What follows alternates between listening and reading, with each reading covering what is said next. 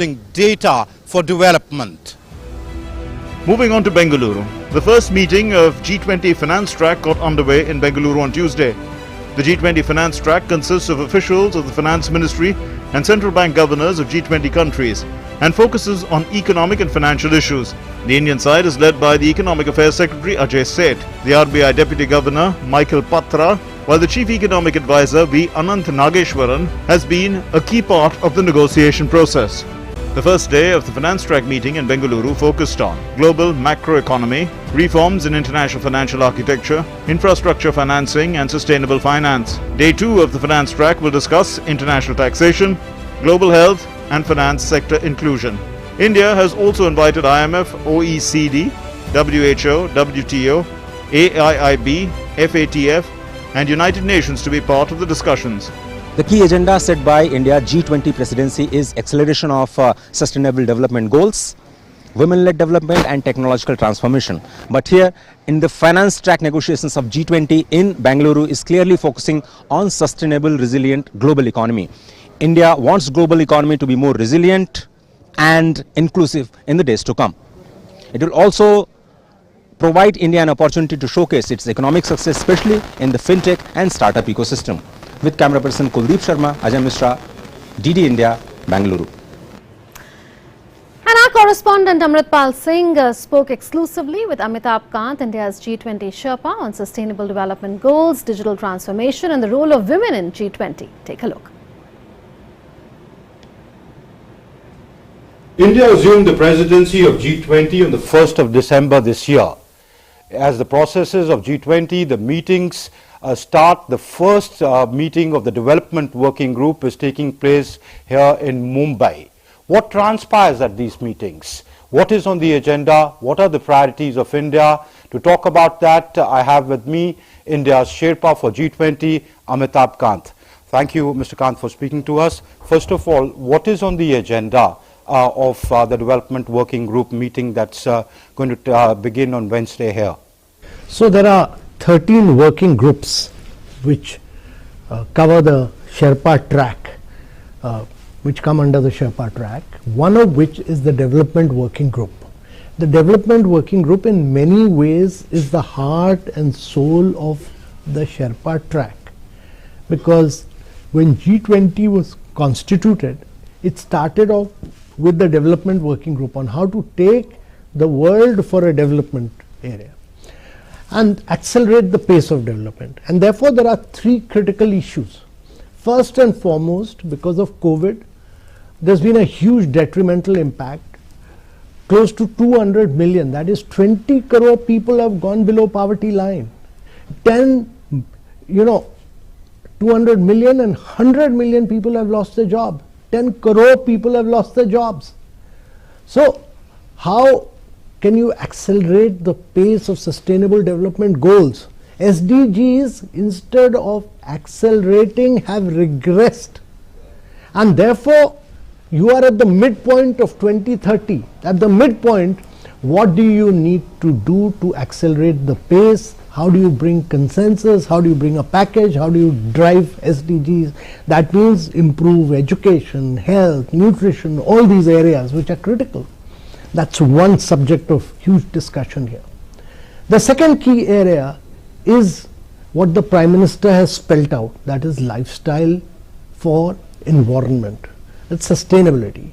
It's not the countries which are critical, but it's individuals and communities and how they need to bring in behavioral change to meet the challenge of 1.5 degrees centigrade. The countries have failed and they will continue to fail. But if each individual, each community makes a difference through behavioral change, move away from this present lifestyle of keeping water taps on, electricity switches on, of not being able to walk, not being able to cycle, but using individual transport, all this has to change. If individuals change their habits, what is now known in economic theory as nudging change, that is what the Prime Minister's vision is. that individuals will make a difference. And the third issue. So before we come to the third issue, on this individual change, lifestyle for environment, an idea that Prime Minister had first mooted at the Glasgow COP conference, how do you bring about the change? How do you involve the citizenry of the country, or not just of the country, but the global citizenry, so that they can become stakeholders in this? This is a big movement which has to be spread. Much like how we ensured that we are able to, citizens are able to give up their cylinders, much like how we brought in Swachh Bharat, how we ensured that citizens start using toilets, much like many of the mass movements in terms of health and education that India has done in the last 7-8 years. It's about changing behavior and attitude and nudging. The new economic theory of nudging, which has won the Nobel Prize, is all about behavioral change. And therefore, it's important that individuals lead the change. Countries will fail, but individuals and communities will make the difference. And therefore, within India, we are doing a lot. That movement has just started. You will see a lot of countries taking this forward and driving this change. This is a movement which needs to be spread. Okay. You spoke about accelerating the progress on SDGs. You spoke about lifestyle for environment. What is the other priority of this development working group? So the third key priority is data for development, because data is critical. If you are able to get data on a real-time basis, break the silos, if you put it in public domain, you are able to then bring to the knowledge of the citizens whether a district A or district B or country A or country B is doing well or not. So across education, health, nutrition, all these areas, transformation will take place if we are able to access data, break the silos, make it interoperable, put it in public domain, and make entities compete with each other. So good data, real-time data, putting it in public domain, and ensuring that competition takes place. All this is critical. So how do you use data, that technological leapfrogging and technological transformation, which we've learned from our own experience of aspirational districts program, where we were able to transform in 3.5 years aspirational districts which would have normally taken 60 years to transform. That is the lesson of India which we want to bring it out, that use real-time data for governance. Data is inaccessible, data is siloed, data is stagnant. It has to be real-time, silos have to be broken, and data has to be made accessible to the citizens. But do you share experiences, best practices that India has adopted to deliver governance to those who need most at these meetings? Yeah. I spoke about it at length. There will be several presentations. The Indian story of ensuring that everybody has a bank account, that the number of accounts for women has jumped up from 19% to 56%. The Indian story of direct benefit transfers, which has transformed lives. The Indian story of ensuring that government schemes use DBT. All these are unique examples. Our own story of fast payments. All these are Indian narratives which need to be told to the world. When you talk about development, when the Prime Minister, when he assumed presidency, he wrote about it, or when he symbolically at Bali took over the presidency from Indonesia, he spoke about women-led development being the key focus for India. What will transpire on that particular issue? So women-led development is the key. That cuts across every single theme. Women will be the key of our presidency across every working group, across every sector. From agriculture to urbanization to development working group, women will be at the forefront in discussions on every sector, because we believe that more than 50% of the population is women. If women become leaders, if they drive the world, if they transform the countries, the world will be transformed. And therefore, how do you bring in financial inclusion? How do you enhance literacy? How do you put them in leadership positions? Really holds the key to the success of G20. Mr. Kant, when you talk about green development, sustainable development, climate action, climate finance is going to be a key component of that if you have to achieve the Sustainable Development Goals. Given the wide divergences that exist in the world today on the issue of climate, how do you wish to approach it at this meeting? So the challenge there is not about climate action. People are committed to climate action. The people are, there's a difference of perspective on financing which the developed world had committed to in 2009 at Copenhagen. The challenge is that when you look at the total carbon space available, it's not the developing countries which have occupied it. For instance, India's percentage utilization is only 1.5%. India is entitled to over 17.5% based on its per capita. But India, as it industrializes, will be doing carbonization. India wants to industrialize without carbonizing. It wants to be the first country in the world to industrialize without carbonizing. But to be able to do that, the developed world must ensure that climate justice, which is an accepted principle, demands that they are able to provide finance at low cost, they are able to provide technology to the developing world. And that was agreed to in Copenhagen. It was later agreed in COP21, COP26. That is a commitment which the developed world must live up to. And secondly, most multilateral financial institutions must become great arms of climate financing, which would require blended finance, first loss guarantees. It would require credit enhancement, which would be the role of new multilateral institutions or the evolution of the present institutions into them. Reforming multilateral institutions in the present era is also one of the focuses of India's G20? Both in the finance track as well as in the development working group. Both will work towards it. They will work towards IMF, World Bank. We will work towards UN, WTO, WHO, many of these areas of change. Are the countries on the same page, member countries on the same page when it comes to this reform? I think most countries are. Most countries are. Everybody wants transformation because these institutions were designed for post-World War II Bretton Woods period. They're outdated, they're outmoded, and they need to transform themselves. Okay. Debt distress is a big challenge of our times. How is this working group going to approach that issue? So the Prime Minister said that India will be the voice of the global South. We will speak in the interest of the global South, and therefore global debt will be a key issue. 70 countries are impacted by that, and our objective would be to ensure that, like in Saudi Arabia summit, we had done this, we had built up a DSSI, a sustainable debt initiative. Something of the similar nature should be worked out. This would require a broad consensus which we will work towards throughout this presidency.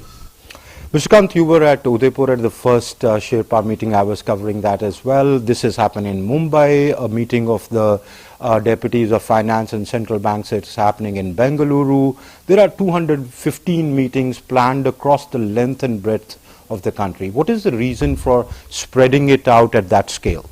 The intention is that India is a very large country. We want this to be Jan Bhagidari. We want every citizen to be involved. We don't want it to be an elitist thing. The Prime Minister's objective is that every state, every union territory, every citizen must get involved with G20, and therefore take it to the people of India, take it to every state, every union territory of India. That is what we are doing, and we'll do so that we can demonstrate the unique art, handicraft, culture of India. The objective is not just G20. Use this opportunity to build India as a travel tourism brand, as a handicraft brand, as a market for meetings, incentives, conventions, exhibitions, so that every state can improve its city and urban infrastructure. Every state can clean itself. Every state can put out its handicrafts. Every state can put out its cultural art forms. And therefore, these states will then become individual brands for the global markets. How can the citizens across the length and breadth of the country, across different states and UTs where these conferences and meetings will be held, be a part of G20? How can the citizenry engage with G20? So, very important question. Every state has been requested to do a huge outreach, a youth outreach, interact with schools, interact with students across the board. And that is what we'll continue to do. Our outreach will be to the young people of India, to the women of India, so that we make it their movement. Okay. My final question, this G20, these meetings are taking place in a geopolitical environment marked by military conflicts, divergences on, say, climate finance. The world is trying to find its feet, trying to recover from the pandemic, and then the war starts. Global supply chain disruptions were already there. They've further worsened. What are the challenges for G20, and how will India under its presidency shape the agenda for the coming year for the world? So the Prime Minister said that there are global challenges. We will face them. Every challenge is an opportunity, and therefore we believe that despite the challenges, India will play a very critical role. India will bring positivity, it will bring hope. What the Prime Minister said is that ours will be a human-centered approach to development and growth of the world. It will be inclusive, it will be resilient, it will be sustainable. Thank you, Mr. Kant, for speaking to us. Thank you. So that was Amitabh Kant telling us that India's focus would be on collective action, a human-centric approach, and that is what India would try and achieve in its G20 presidency. That's it for now. Thanks for watching. Namaskar.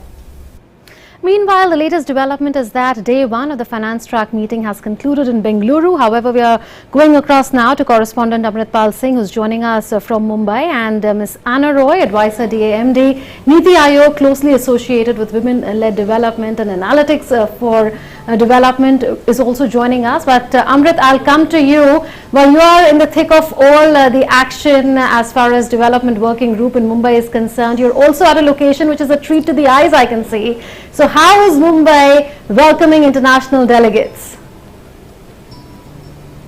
Let me get out of the frame and show you what, and my viewers, where I am. This is the iconic Taj Mahal Hotel at Colaba, right on the Marine Drive, where those unfortunate 26/11 attacks happened. The guests, the G20 delegates, are here right now. They're going through a cultural performance. I was speaking to Harshvardhan Shringla at this hotel before I came down for this live chat with you, Munmun.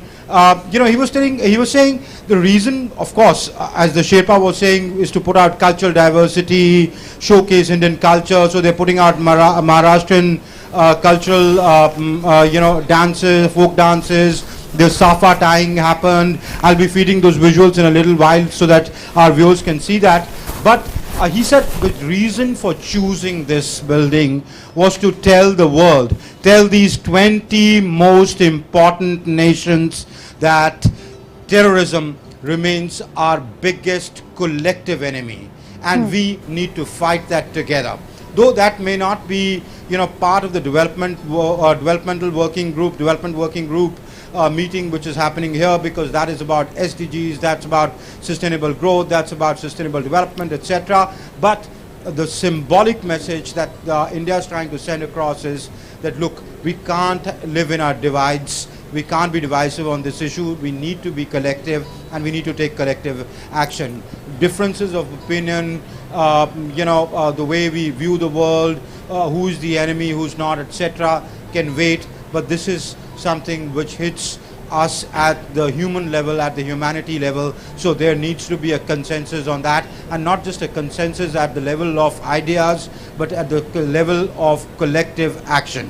So that is the symbolism of hosting it here. Right. So if I can ask my cameraman to give you another visual treat. The gateway of India, the iconic building of Mumbai, all lit up in G20 colors. Look up, this gateway was built to welcome King George V and Queen Mary when they arrived in India, when the English ruled us, or the Britishers ruled us. Today this iconic building symbolizes the gateway to India. It's on the westernmost corner of India, that India is ready to welcome everybody with open arms and work together with the world on the most pressing issues of our times, which is what this meeting that's being held here in Mumbai. The development working group meeting is all about working together to achieve development for True. the benefit of global citizenry, for people, but collectively, but in a way that's more inclusive, that includes the voice of the global south, the concerns, the priorities of the global south, and everybody, not just the global south, but also the developed world, and taking collective action for development which is inclusive, which is resilient, and which is sustainable.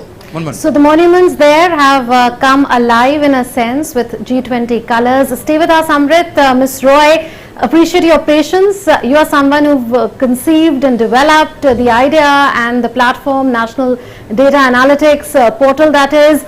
Tell us how unique this portal is and how is India leveraging data for development? Thank you very much, Munmun, for having me on this program. Now, I think Mr. Kant really kind of gave the overview of what this government really believes in and how they have been addressing this issue for the past few years. So, National Data Analytic Portal really is something which is which reflects the philosophy of this government, that is technology not for the sake of technology, but what it helps you to achieve. Our Honorable Prime Minister has been saying that again and again, and this is what we try to bring in NDAP. So the data is out there, but the access is the problem. The last mile access is the problem. NDAP brings all the published government data from published sources, which is already you know, somewhere or the other in silos, not really accessible. Discovery is a problem. Bring it at one place, clean it, and then standardize it and upload it on a single platform. And through various, you know, using technology, we have NLP, we have many other emerging technologies which helps us in, you know, overcoming these problems. And using those technologies have very user-centric tools which helps in discovery, which helps in access, and which helps in analysis of the data, as well as sharing. So this platform, you know, cuts across silos. It brings in all the data. Through standardization, it helps in interoperability of data, and you can then you know, you don't need to have a research team to access data, to study the data. At a click of a button, you can access the data and study it. So through this platform, the data which is already there and has been in the system for a longest period, but not, you know, the last mile connectivity was a problem that it solves. Right. And in that sense, it enables, you know, evidence-based policy making. It promotes data analytics. Right. Very quickly, I'll ask you about the Women Entrepreneurship Platform, because you've been associated with it. You are the mission director, in fact, and this platform was launched by Niti Aayog in 2018. What is women-led development to your mind, and how is women entrepreneurship being promoted? So this is another example where, you know, we are trying to overcome the information asymmetry. So believe it or not, there are around 77 government schemes which cater to some kind of entrepreneurship, but again the discovery is a problem, access is a problem, knowledge is not there. So at the end of the Global Entrepreneurship Summit, it was announced that Niti Aayog will work towards overcoming this information asymmetry. So WEP essentially is an aggregator platform. It does not have it does not have a scheme of its own, but it collates all the government, non-government, international body initiatives in the entrepreneurial ecosystem, puts it in one place, uses emerging technology like AI and ML to enable you know, smart matchmaking, so it's not a data dump, and access, you know, besides discovery, access is streamlined, so people can access the information easily, which helps in better utilization of these schemes and better discovery. And also we have a pan-India approach, so providing this information in several languages, which is on the anvil.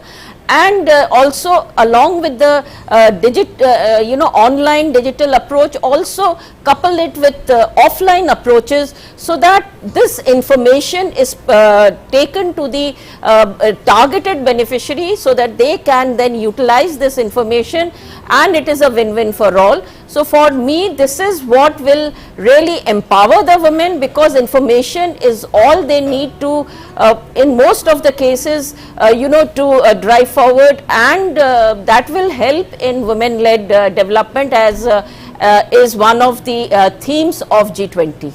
Right, Amrit, I'll quickly press in a question to you on what was the biggest highlight. You're talking about how India is trying to build convergences, but as we know, the devil is always in the detail when it comes to deliberations. So are there any divergences that you could spot, or tell us what is the biggest highlight of the day? Well, divergences are galore. You know, there are the divides are deep. We live, this G20 is happening at a very challenging time, when the geopolitical environment is marred by military conflict in Europe. The Russians and the Ukrainians are fighting, and it's not just the Russians and Ukrainians, really. We know it's the Russians and the Western camp. Because of that, there are a lot of problems, global supply disruptions. The world was trying to find its feet on global supply chain restorations from the pandemic, and then the war started. That's led to inflation, that's led to food shortages, that's led to starvation, that's led to debt crisis, as the Sherpa was saying, in 70 different countries of the world. There are, 190 odd countries in the world, out of which if 70 are facing debt distress. So you can well imagine the kind of geopolitical environment that is prevailing, and taking on the G20 presidency at this hour is not an easy task, because there are deep divisions between different camps who are part of the G20. Building a consensus, I was at Bali, building the consensus at Bali was very, very difficult. India is going to have a very challenging time, and the Sherpa admitted that in that interview to me. Then there are differences on climate change, on climate finance, really not so much on climate change, but on climate finance, the part of how to deal with climate change, and how to go the whole hog on achieving goals of climate change, on sustainable development goals, etc. Right. So these differences do exist, but yes, what is the good thing is that India, because of its because it's the president, and because it has a certain elbow room and leverage with all camps, with the Western camp, with the Russians, with the global South. At least if they don't agree or they don't listen to completely to you, they are amenable to they are open to suggestions from you. They're not close to the battle lines are not drawn with you. So that way, right, you are at an advantageous position, and you can shape the global agenda for the coming year. So at Bali, we saw how India proved that it can be the consensus builder, and that's how the Bali Declaration came by. The last question I'll take to you, Ms. Roy, on how do you think the G20 countries and the world as a whole stands to benefit when it comes to India's experience of using digital infrastructure for public good?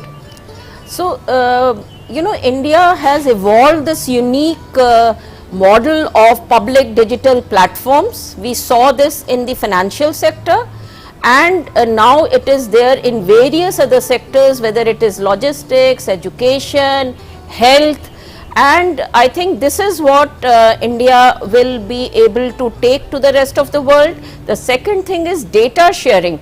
You have a GDPR at one end, and you have the US big tech on the other. I think the India experience of consent-based data sharing is something which is very unique, and this is also something which India can take to the rest of the world to exhibit how data, which is in a very cliched form called the new oil, how to actually mine this oil and how to use this oil, because without robust data sharing you cannot really benefit from the huge amount of data. So I think the public digital goods governance model which started from 2015, we saw this in the India stack, and the data sharing experience, taking it forward, the open access, and also, you know, having 1,000 flowers bloom rather than a few big techs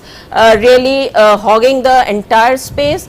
These are some of the experiences which India can take, which actually we have demonstrated how through these initiatives the final, final is a wrong word, the ultimate beneficiary get impacted, and we have now facts to prove it. And this is the human centric approach which Prime Minister has been saying, human in the loop kind of approach, and this is what the message I think India will be able to demonstrate to the rest of the world in the G20. Right, India's digital model is different from that of the United States of big tech and also of the European Union. Thank you, Ms. Roy, and Amrit, thanks so much for joining us from Mumbai. So that was about the Development Working Group meeting, but what has happened when it comes to the Finance Track meeting? The G20 Finance and Central Bank Deputies meeting and first Finance Ministers and Central Bank Governors meeting began in Bengaluru today. The Finance Track of G20 discusses global macroeconomic issues through its meetings of finance ministers and central bank governors, their deputies and various working groups. The key issues dealt by the Finance Track are global economic outlook and monitoring of global economic risks, reforms for a more stable and resilient global financial architecture, international taxation, financing, quality infrastructure, sustainable finance, financial inclusion, among others. The Karnataka State Tourism Department has made elaborate arrangements to showcase the state. It has laid out the red carpet for international delegates from over 35 countries. Yakshagana and caparisoned elephants welcomed the delegates. The dance companies will present the performative traditions and colors and heritage of Karnataka. Excursion trips are planned for the delegates to Nandi Hills, Bhoga, Nandishwara Temple, the heritage city of Mysuru and Hampi World Heritage Site. So India's soft power very much at display in Bengaluru as well, after Udaipur particularly. So let's now take a look at what are the focus areas under the Finance Track. Let's roll out the focus areas under the Finance Track. Well, amplifying the voice of Global South is one, and fostering global policy cooperation amid slowing global growth, high inflation, monetary policy tightening as well as debt distress. So amid these challenges, how to foster global growth. Also strengthening global financial safety nets. How is that done? By building forex reserves through IMF and other arrangements, managing global debt vulnerabilities. Remember what was said by Amitabh Kant, that 70 developing countries are under debt distress or spiraling debt. Assessing macroeconomic implications of food and energy insecurity engendered by both the COVID-19 pandemic and the Russia-Ukraine war. Financing sustainable and resilient cities of tomorrow. How to build sustainable infrastructure going forward. Mobilizing timely and adequate financial resources for climate action. So climate finance is another key focus area. What else are the focus areas? Well, international taxation is one, addressing tax challenges, ensuring that tax avoidance does not take place, ensuring greater information sharing on taxation matters, building capacity, that is skill enhancement, also enhancing tax transparency so that one jurisdiction is aware of what the tax laws and policies are of another jurisdiction, identifying and addressing risks and vulnerabilities associated with pandemic. So there is a sub-focus on finance and health coordination, improving preparedness to mobilize resources in response to new pandemic threats. This is about finance and health coordination. What are the other focus areas? Financial sector regulation, risks and opportunities offered by technological developments. For instance, the emergence of cryptocurrencies, broaden G20 crypto asset dialogue by addressing monetary policy and macroeconomic concerns. So various concerns that are there to financial stability from cryptocurrencies is also going to be a key focus area. Also promoting global cooperation through risk management frameworks. So risk management frameworks should be entered into for ensuring that there is greater financial stability. Mitigating system level vulnerabilities from cyber risk, considering that hacking has become a recurrent phenomena. AIM's website was also hacked some time back. So we are aware that cybersecurity continues to be a key focus area in several such meetings. Interoperability of national fast payment systems so that the cost of remittances come down, leveraging digital public infrastructure for financial inclusion and productivity gains, a point that Ms. Anna Roy was also making of how digital infrastructure is used for greater productivity. Developing sound digital financial ecosystem to achieve the sustainable development goals. So those are the focus areas under the finance track. Day one of the finance track meeting has concluded. Before the finance track got underway, our correspondent Ajay Mishra spoke to Dr. Ram Prasad Manohar, a director of tourism, Karnataka, on the ongoing summit and how Bengaluru is going to showcase the soft power of the state of Karnataka. The tourism department is a nodal agency for G20 meeting in Bengaluru. Take a listen. G20 has begun in Bengaluru, and Ministry of Tourism is the nodal ministry for conducting this very important convention, and it is also an opportunity for India to showcase not just the hard power, the economic power, but the soft power of the state. We have with us the Director of Tourism in Karnataka, Dr. Ram Prasad Manohar, with us. Thank you very much, sir. What are the main thing that we are going to showcase to the world via this G20 convention? First of all, we are happy and proud to host this G20 summit on behalf of Government of India in Karnataka, and also it's an opportunity for Karnataka Tourism Department to showcase its tourism potential to the world. And also we have arranged the welcome reception to all the G20 delegates in a very traditional way, and we have brought the Yakshagana artist around the clock, and they are welcoming the guest in a traditional way, and every guests are very delighted, and they were very happy to be received in a very grand manner. And after the receipt of the guest, we have got them accommodated in the one of the best properties in Bengaluru, and they are enjoying the hospitality of Government of Karnataka. And over and above, we have done some tourism stalls here to express, to showcase our potential, especially the Mysore Palace. You will be able to see that. But sir, before that, I think this Sagar and Bhanumati are going to be the core star of attraction, because many people are coming. Of course, for the delegates coming abroad, coming from abroad, these kinds of live elephants are really awesome to look, and also it is showcasing not only an elephant, it is also showcasing our Dasara tradition, where we respect animals and we honor the animals and we pray the animals, and we also take them to the wildlife elements of the Karnataka. Right. So I feel that the elephants are symbolic animals for Karnataka state, and it's also a state animal. So with this we are showcasing the tourism. Your tagline is that one state and many countries, many worlds. So right now we can also see that there is a beautiful stall of in Darbar Hall of Mysore. Can you also explain what is that and what is the significance of this very beautiful? Of Mysore Palace. So this is prepared specially for this event, and we are bringing in all the elements of architectural beauty and architectural grandness of Mysore Palace here. Reason that Karnataka is currently focusing, and what do you see, what is expectation lying ahead after this G20 meeting? No, we are also showcasing our Hampi, one of the World UNESCO Heritage Monuments, and we placed a stone chariot motif in the hotel premises, so that our tourists will get to know what is it, and it will create a interest among the tourists. And also G20 delegates who will be the brand ambassador for the other countries. So it's by word of mouth this tourism will improve. Year 2023 is also an international year for the millet, and ragi is one of the core product that we are going to showcase. One district, one product is one focus that I think you are going to make delegates familiar with. That's also one good focus. Yeah, good. You are rightly point out it, and we have made the stalls for exhibiting the millet diversity of Karnataka. You know, the Karnataka is one of the richest state in producing millets, and we have ragi, jowar, and other minor millets. So all those millets have been displayed by the Karnataka government, especially the Karnataka Food and Civil Supplies Corporation, and we have given them a stall and they are exhibited, and also our delegates are looking into that, and they are getting into see how it appears and how this can be consumed. All those things, details can be given. Grandeur of Mysore Dashara to the wildlife tourism and to the conventional or the MICE tourism, where the share of India is very less, is just 1%, is going to get a big boost after this G20 convention. With camera person Kuldeep Sharma, Ajay Mishra, DD News, Bangalore. And Ajay Mishra is now joining us from Bengaluru, and also Dr. Charan Singh. He is a former RBI Chair Professor at IIM Bangalore.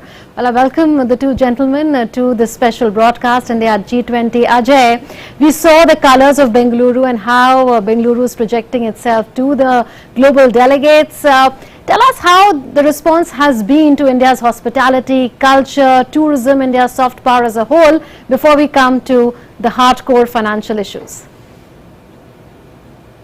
Oh, I think all the delegates are pleasantly surprised by the grand welcome at the airport, where the Yakshaganas, welcome them with a grandeur of the local dance form of South Karnataka, which is very popular, and everybody is mentioning the movie Kantara, the same kind of feeling, and they feel that after Kantara, this dance form of South Karnataka is going to be more popular in the days to come. That's number one. Secondly, at the venue, they are very impressed with the soft power of Karnataka as a state, because in the leisure tourism, which is the market of 440 lakh crore rupees, Indian share is just 2.5%. Out of 52 lakh crore rupees of MICE tourism, the India share is just 1%. So Karnataka has got an opportunity to showcase to the world that it is a state where the leisure tourism can happen, where wildlife tourism can happen. The diversity of millet is one thing which the state is projecting in a big way. The artifact and the handicraft from Karnataka are the core attraction for the delegates. So these are some of the softer side of the event that is currently taking place. Currently, the cultural program is going on where Mahishasur, the Mardan play is being conducted for the special guests from all over the world. So everybody is enjoying right now. Just before the dinner that they are going to have, it has been a very hectic day. Almost 8 hours, more than 8 hours of deliberations, and I think they are feeling very happy, and there are a few more days for them in the Karnataka to actually feel this softer side of the state, and also they are appreciating the rich cultural heritage of the state. Right, Ajay, stay with us. Dr. Singh, I'm sure you enjoyed the visuals that we showed to the viewers. Now, having said that, these are difficult times for the global economy. There is a poly crisis, so to say, of low growth, high inflation, debt distress, to name a few.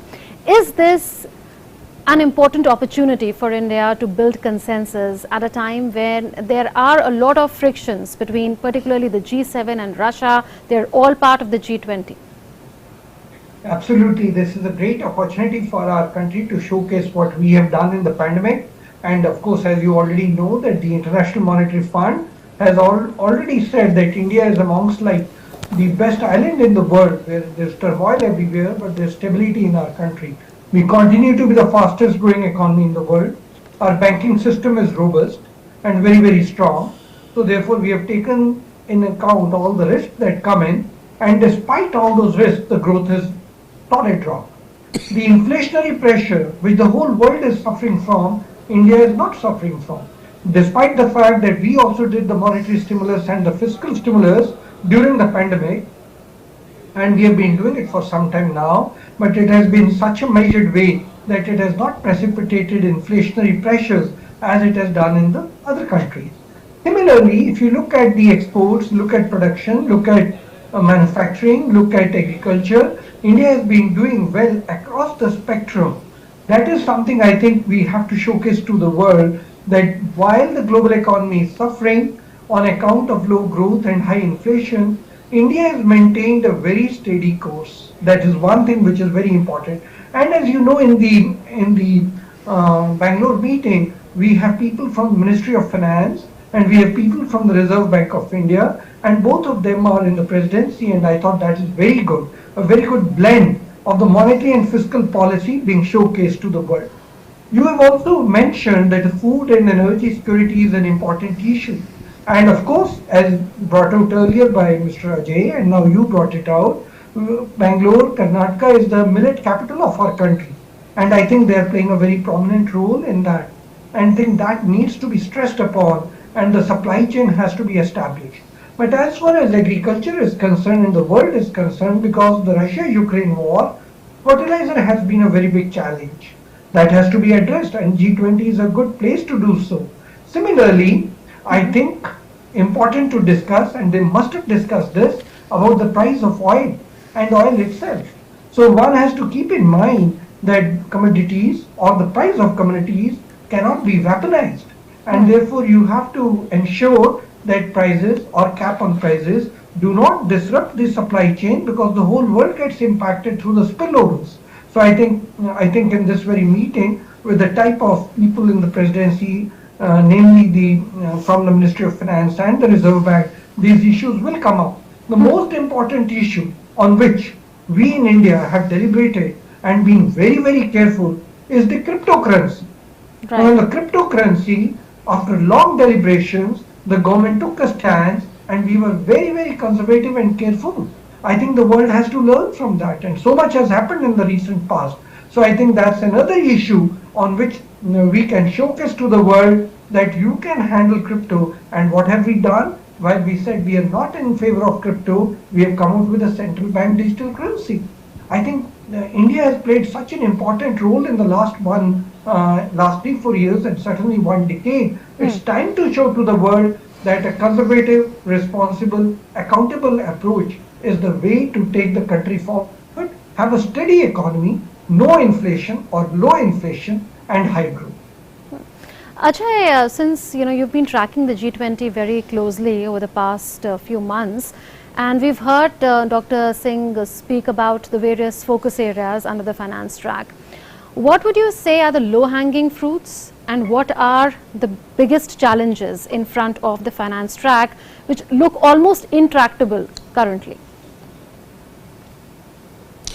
So when you talk about the low-hanging fruits, it is an opportunity for India to showcase the technological advancement that we have made in the fintech. For example, we are #1 data consumption country in the world. We are #1 fintech adopter. Every week we are creating one unicorn, and we have also started Startup 20 with this new presidency of G20, which is going to be almost 80,000 startups are there, where when we started was just 160 to start with. Digital payments, we are the champion of almost, to give just an idea, the total digital payment in India are 3 times in that of China and 7 times of US, Canada, UK, France and Germany put together. We have come across several advancement in terms of adopting the technology, in terms of DBT, in terms of Jandhan, Aadhaar and mobile, because remember there are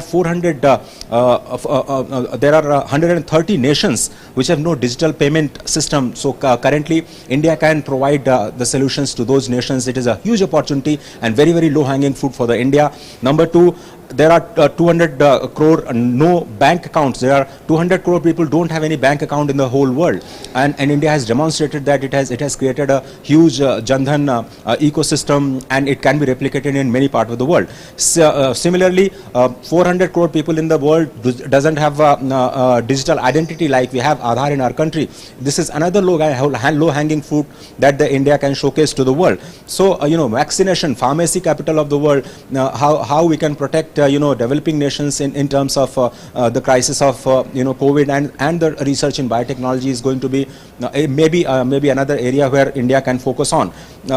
The tourism we have just discussed. So these are some of the low-hanging fruit. But as far as the long pending crisis is concerned, I think the infrastructure financing is one big issue. The debt crisis where the over 70 countries are facing, is there going to be a solution, short-term solution? I'm not sure whether we will be able to find at that the $100 billion promised by the developed nations, whether G20 will be able to convince them to actually technology, for the technology transfer as well as for the financial help to the developing nations. I'm not sure whether it is going to happen. For the sustainable finance of the green technology, I'm not sure whether the developed countries are going to help India and other developing nations to adopt the technologies for example, for hydrogen, in the liquid hydrogen in the days to come. So these are some of the challenges that we have. But India wants the global economy to be more resilient.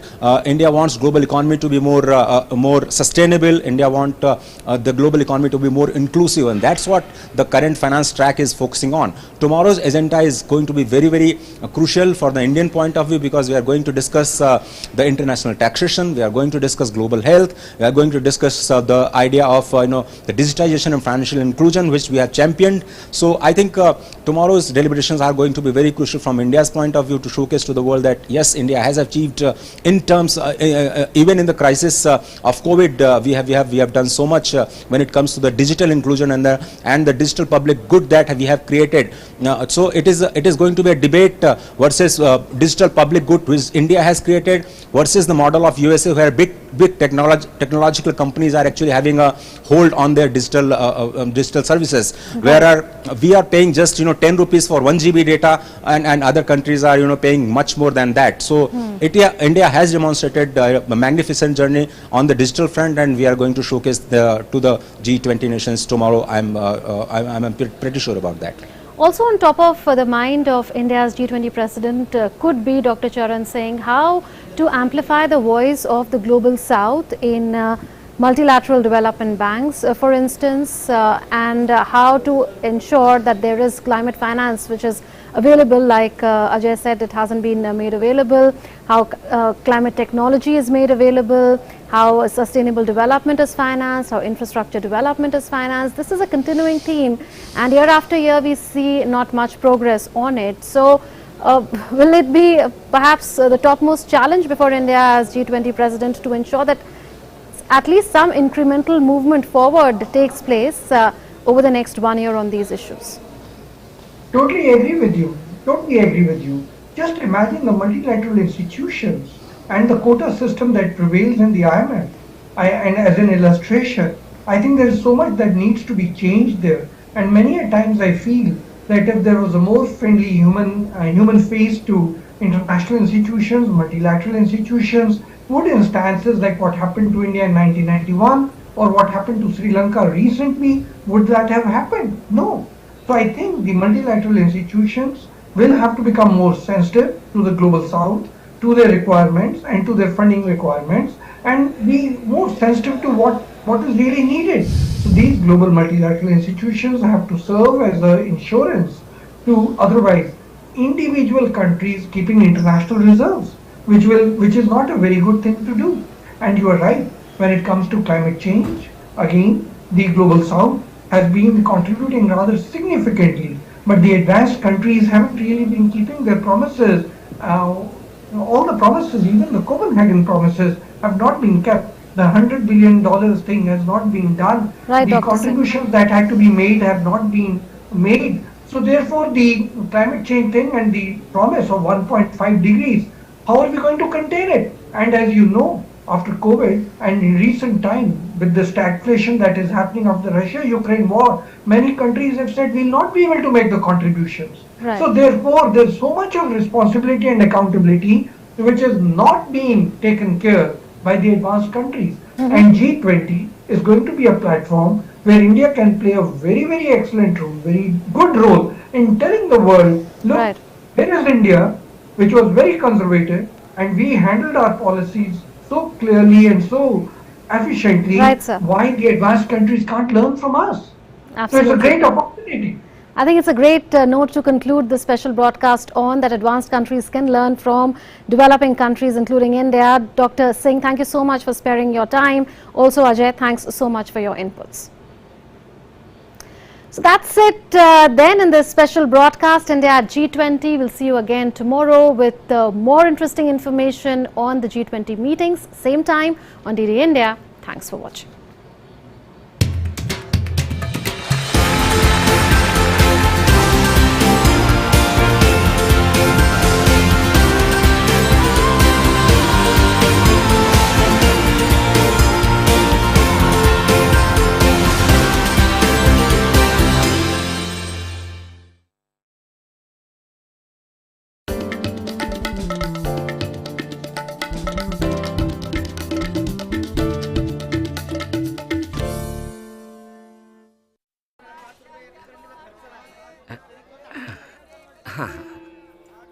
जैसे सही वजन से ग्राहक होते हैं खुश, वैसे ही सही सुरक्षा से परिवार होता है कल की चिंता से मुक्त। इसलिए मेरी मानो, आज ही जुड़िए प्रधानमंत्री जीवन ज्योति बीमा योजना और प्रधानमंत्री सुरक्षा बीमा योजना से, जो देती हैं 2-2 लाख रुपए का बीमा।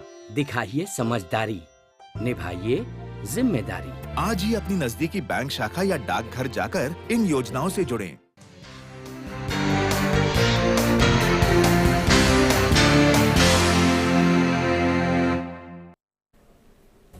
Hello and welcome to Express News. In the next half an hour, we'll get you all the latest news and updates. My name is Abhishek Mahajan and we'll start with top story.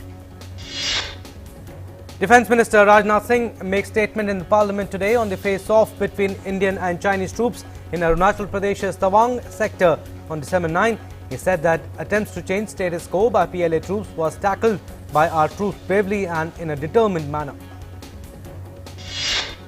Hailing the army for its bravery, the Defence Minister said that no Indian troop was martyred or grievously injured in the clash.